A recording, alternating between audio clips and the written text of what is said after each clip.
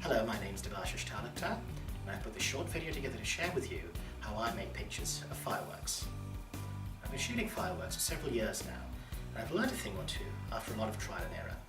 So hopefully what I'm about to share with you over the next few minutes will be useful the next time there's a fireworks display in town and you happen to head out there with your camera. Let's start off with some of the basics, things that you need to be able to get good pictures of fireworks. You need a camera where you can manually set the focus, the ISO, and the exposure time. Now most digital SLRs will allow you to do this, as will most compact micro four thirds systems. Some advanced point-and-shoot cameras will also allow you to do that. As a general rule, stick with a digital SLR or a micro four thirds system. You're going to need a means to keep the camera nice and stable, which means that you need a good tripod. If you don't have a tripod, don't fret. You can improvise by using something like a beanbag or even a sock filled with rice. The third thing that you're going to need is a means to fire the camera remotely. And what this does is it prevents any vibrations from being imparted to the camera, even accidentally, when you're triggering the camera by hand. Now this might mean a couple of different things. You could use a cable release, which is a handheld unit that will allow you to shoot without touching the camera body itself, and it's connected via cable into the body of the camera. The alternative is to use an infrared remote. No wires, just a beam of invisible light. The third thing, which is my tool of preference, is if you've got a means that's inbuilt into the software of the camera to trigger the camera off at regular intervals.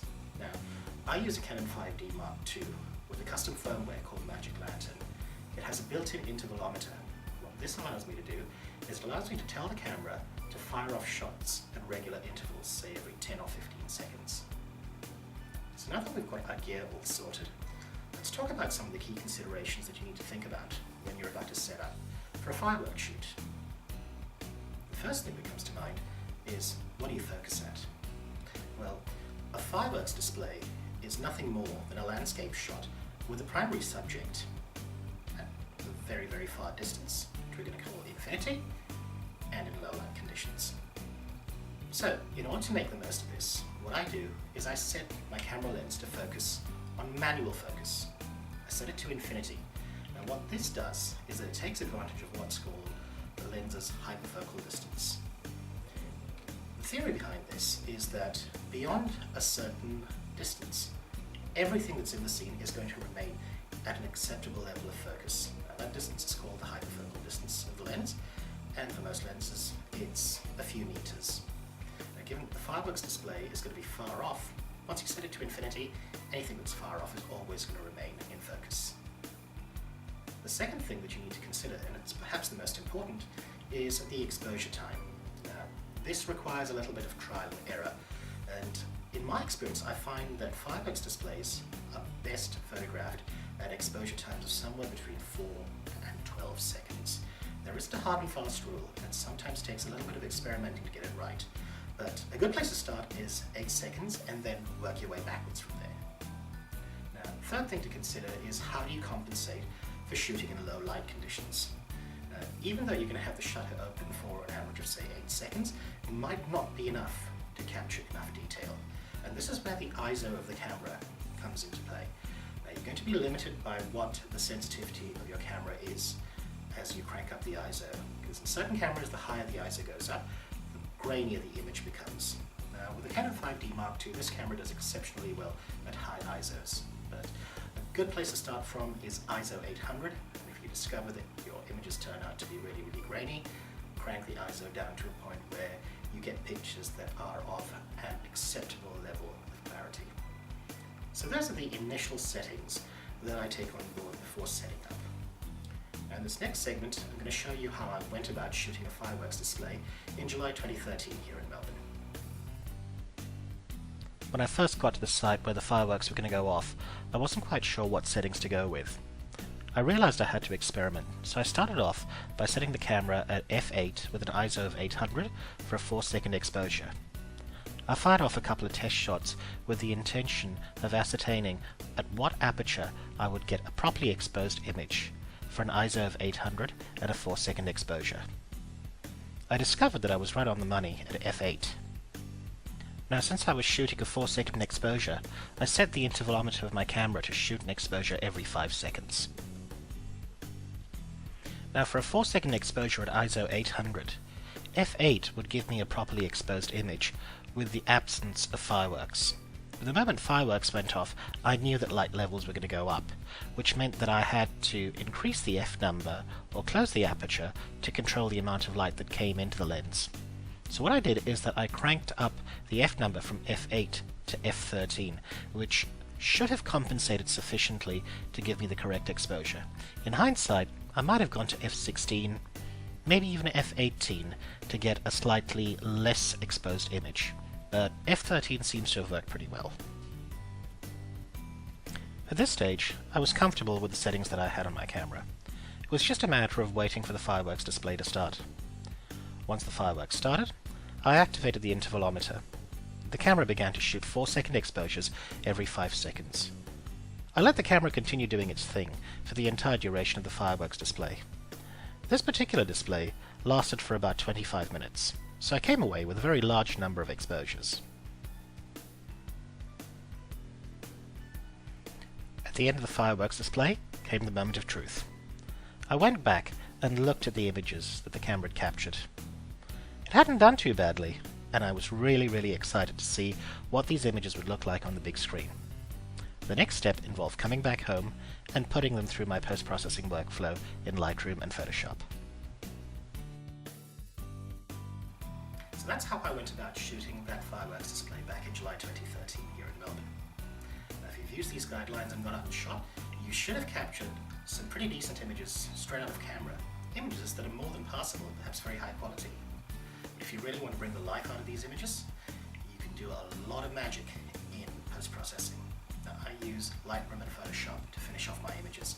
So I'm going to show you what I did to the images that I captured, and how I went about going from straight out of camera to a finished image. So here we are in Lightroom. I've got 4 images of fireworks displays that I've photographed at different periods of time. I'm going to use this one to demonstrate how I go about editing images in Lightroom and Photoshop that are of fireworks. When I open the image up, I can see what the metadata for the image was. Shot at f13 with a 4-second exposure at ISO 800. To make any changes, I'm going to hit the Develop module, and I'm going to start off with basic lens corrections. I'm going to enable lens profile corrections, and I'm going to tell the system to automatically remove any chromatic aberration and constrain the crop. I'm then going to flip across to the manual adjustments, where I'm going to rotate the image to ensure that the horizon line is indeed horizontal. This is nothing out of the ordinary. I do this for all my landscape images. So here I am at a stage where the horizon line is horizontal and I've got an image that's straight out of camera. If you look across to the left where I've got presets, you'll see that I've got a set of presets called Fireworks Set 1 by doubleconvex.com.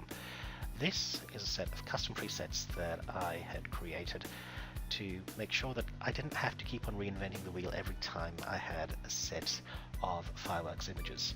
And I'm giving this away for free for a limited time. And let me show you what these do. With a single click, I can edit the tone and color of a fireworks image without playing with all the sliders.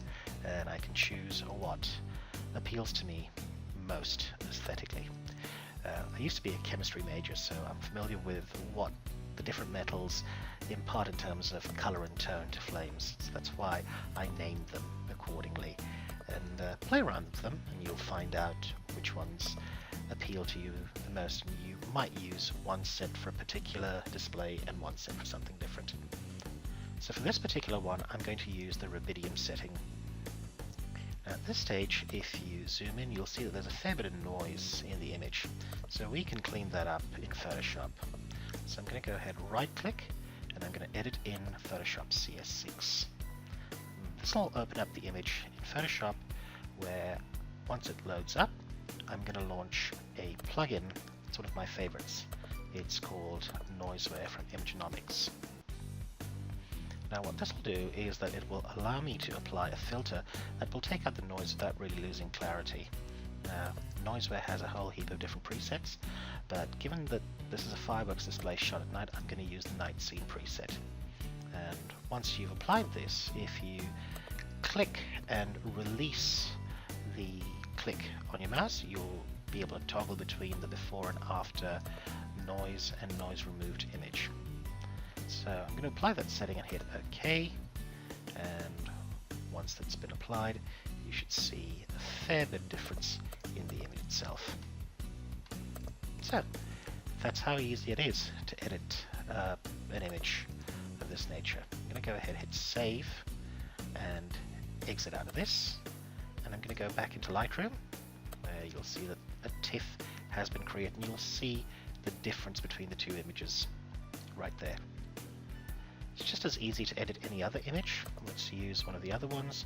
This one, for example, it's a much older one. I'll use the same thing in Develop, basic lens corrections. Just straighten the horizon so that it remains completely horizontal. In this case, because the buildings are leading in, I might apply a little bit of perspective correction, like so, just to make sure that the verticals are also vertical. Once this is done, I've got a choice of different presets that I can use. Let's say I use the one called Wolfram, which is a tungsten effect. It gives it a nice blue tinge, or I could even go for a magnesium effect, which is going to give it a bit of a yellow and green tinge. I actually think that the cobalt one might look pretty good on this too. So you've got a couple of different choices to work with. Once you're done with this, just go ahead and edit in Photoshop, launch Noiseware, and take the noise out. That's how simple it is.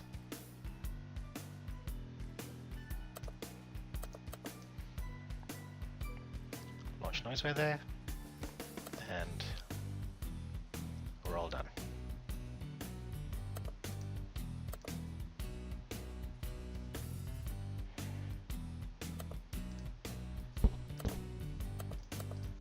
So there you go.